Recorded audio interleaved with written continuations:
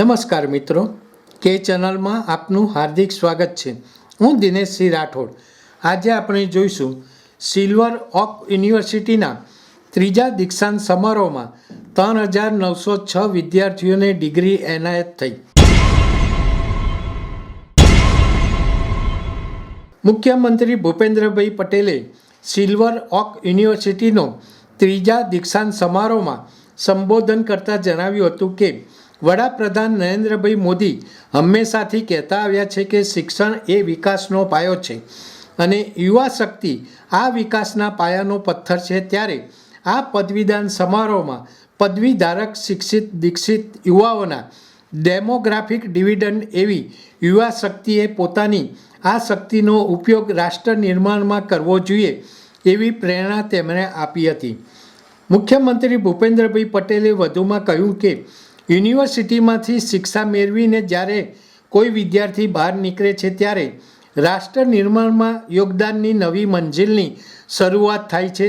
એમ આજથી silver oak યુનિવર્સિટીના પદવી મેળવનાર વિદ્યાર્થીઓની નવી મંજિલની શરૂઆત થઈ છે।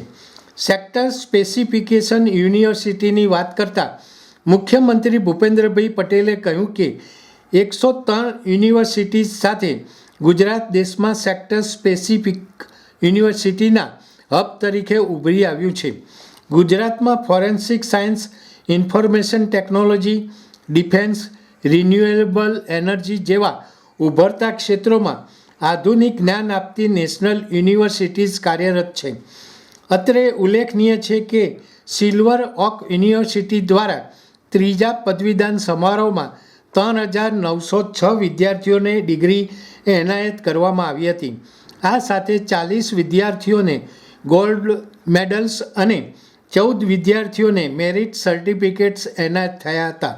આ દીક્ષાંત સમારોહમાં પોરબંદરના ધારાસભ્ય અર્જુનભાઈ મોઢવાડિયા, સુપર 30 કાર્યક્રમના સ્થાપક અને પદ્મશ્રી આનંદકુમાર અને વિજ્ઞાન Vaishnavacharya doctor Dwarkesh Lalji, silver oak યુનિવર્સિટીના પ્રેસિડેન્ટ રજિસ્ટ્રાર, મોટી સંખ્યામાં વિદ્યાર્થીઓ તેમજ પેરેન્ટ્સ પણ ઉપસ્થિત રહ્યા હતા।